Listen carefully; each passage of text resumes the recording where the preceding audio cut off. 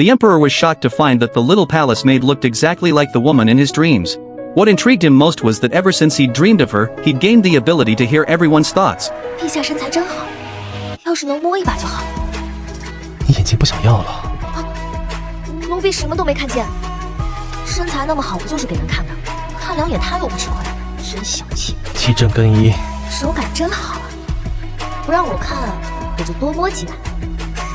The emperor was stunned by the girl's boldness, unaware that she wasn't from this world at all. She'd originally been an office worker in modern times, when a crazy Taoist priest had randomly put a bracelet on her, and just like that, she'd been brought to this world. After years of hard work, she'd finally become a first-class maid by the Empress Dowager's side.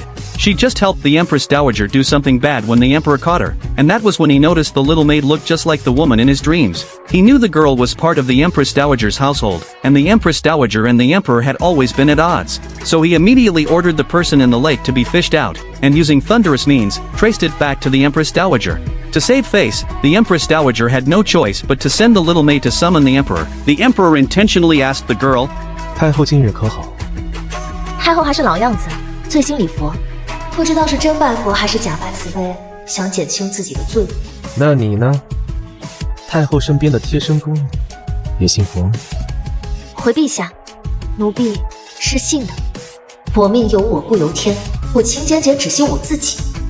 我命由我不由天，有意思，放在太后跟前到底屈才。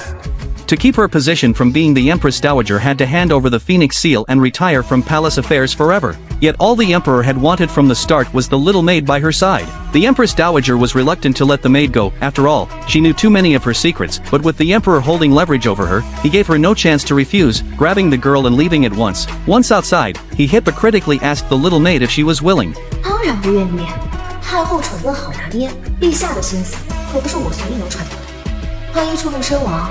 我怎么找人？怎么回去？找人？找谁？ Thinking of the girl in his dreams, who always spoke of going back, he couldn't help but call the maid over, studying her features to see if there was any difference from the girl in his dreams. This left both of them utterly shocked. 皇上后宫佳丽3000，应该看不上我吧？会是他吗？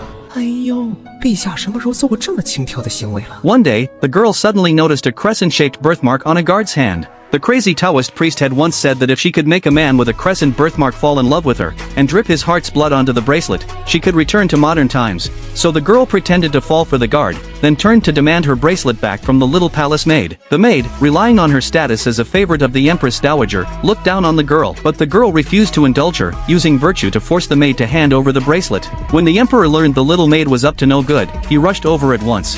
Unwilling to give up the bracelet, the little maid actually destroyed it.